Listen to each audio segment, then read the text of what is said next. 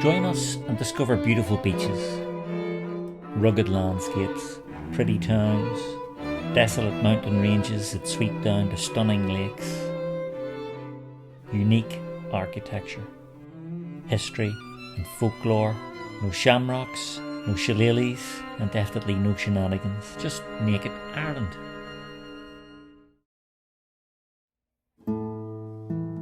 Ballycultra is a townland giving its name to this little town in the Ulster Folk Museum, which is situated about 11 kilometres east of Belfast. There's so much to see in this amazing museum, which is reflected by the fact that I've had to make not one but 3 videos about it, so look out for the other 2. We begin our exploration here in these pretty cottages called Tay Lane, in the section of park devoted to town buildings, which is what this video will focus on. As you can see, the buildings are populated with staff in period clothes who keep fires burning and carry out the kind of tasks that would traditionally have been done in the late 19th century. They're very friendly and happy to chat to you about the history of the place.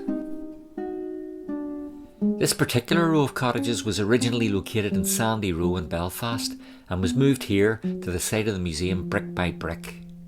You really do get the feel you're in central Belfast in a bygone age. This terrace of houses dates from the 1820s and was originally Rowland Street, but known as Tay Lane, pronounced Tay, T-I-Y. They wouldn't have had mains water despite being in the city until the 1880s. Gas was connected free of charge in the early 20th century.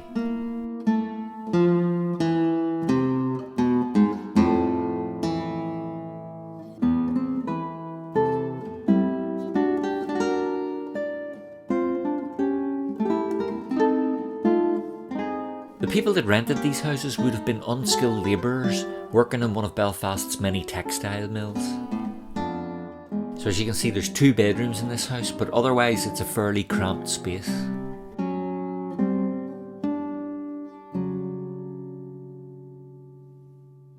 And as we exit onto the street again, you can see how authentically this town is created, with its cobbled streets and gas lights.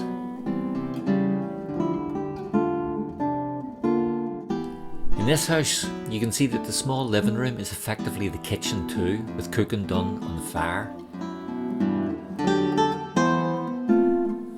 There's only a small scullery behind the living room, leading again to the backyard, which might later on have had a sink plumbed into it.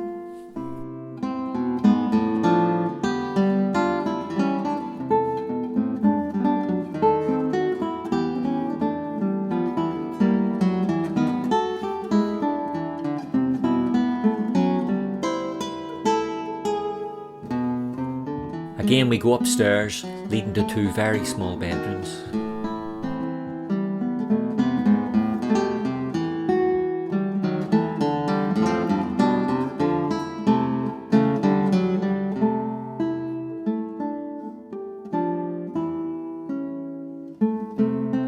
At the end of the street there's a corner shop.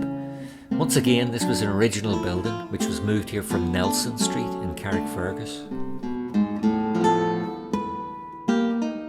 This late Victorian shop is typical of the shops that would have served many working class areas.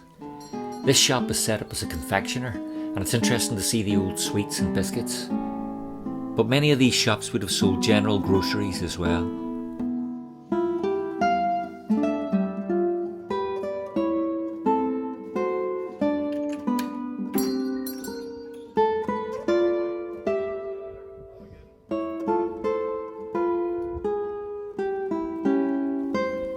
The hall across the street is kitted out as the museum gift shop, so worth a visit perhaps to pick up those knickknacks and take back from your holiday.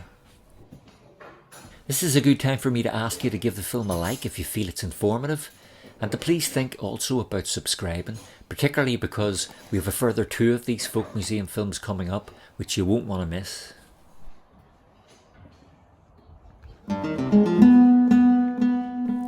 Out into the street again, and now we're in Clune Place, which originally came brick by brick from East Belfast. You'll notice that these houses are a bit bigger than the ones round the corner, and would consequently have been occupied by workers commanding a more responsible role than those in the labourers' cottages that we saw.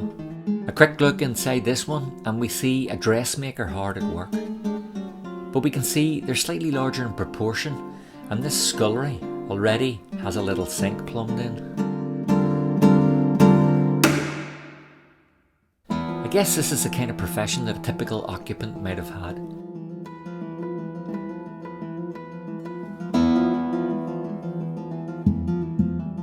Definitely a little bit more space in this house, but still on the small side. Perhaps at this stage you won't be surprised to learn that this was a former Irish Museum of the Year. It's a very impressive place. How this was moved here from its various locations and built again from scratch is anyone's guess. Quite a feat of engineering.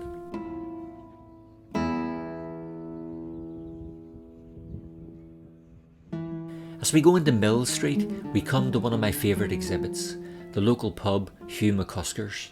Now this isn't the original building, but a replica of a pub from Upper Irish Street in Armagh. It's probably a good job that it's now represented here, as the original was demolished in 1970. So I guess that illustrates the importance of a museum like this in preserving buildings that are fast disappearing from our urban environment. We're now in the snug part of the pub, and many traditional Irish pubs still have little snugs like this that you can retire to. Entrance to the cellar, and back out into the bar again. You can just imagine sitting at this little table and whiling away a couple of liquid hours.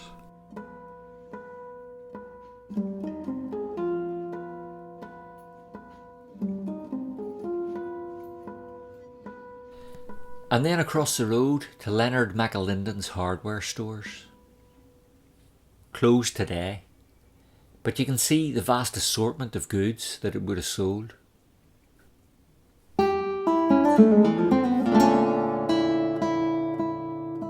It's all such a faithful replication of oldie worldy Irish urban life.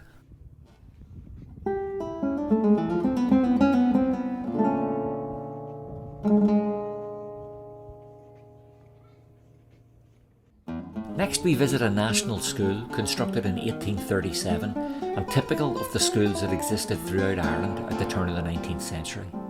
This school was dismantled in Ballycultra and brought here in the 1970s.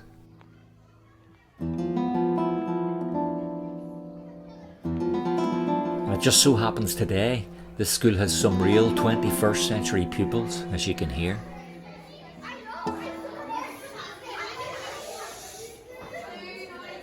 And just look at these old desks, full of graffiti and worn through the diligent graft of scores of years of school children's labours. The kids are loving it.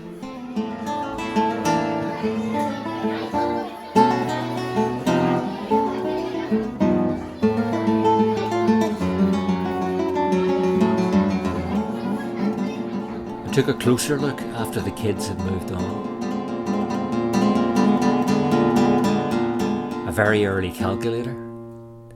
And so it's not just the buildings, but the authentic way in which they're furnished, which really makes this place work so well.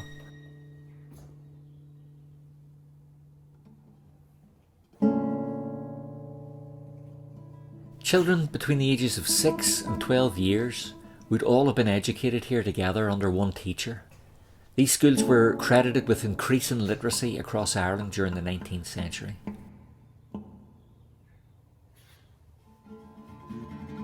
And even the teacher's bench is covered with graffiti.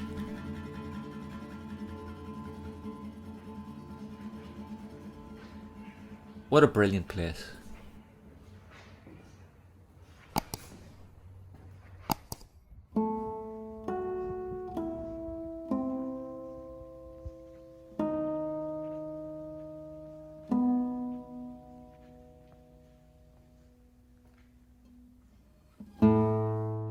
A brief look now at the transportation of the era. No one was going anywhere fast, that's for sure.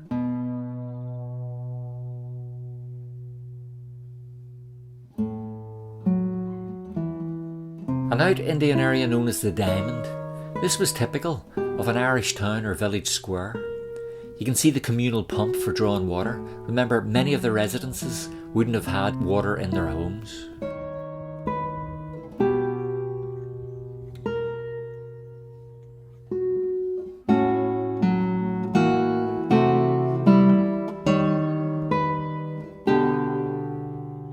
This business, John Kelly Limited, was a major coal distributor. And what we see here again is a replica of an original coal yard. You need to remember here that Belfast was reliant on coal for its thriving industries in the past, for its textile firms and the shipyard. So aside from it being important domestically, it's what powered Belfast economically.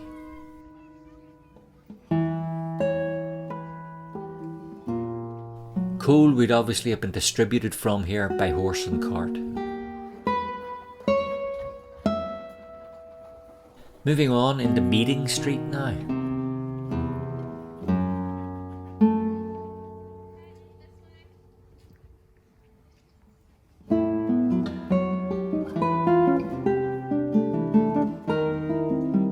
Again we see a very modest dwelling.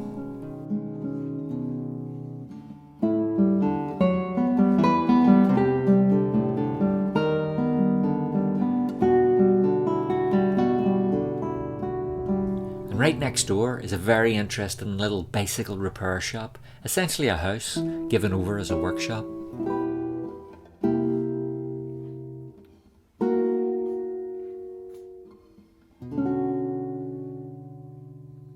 Look for part 2 of this film if you found it interesting, and give it a like, and don't forget to hit subscribe before you go. I'll see you in part 2.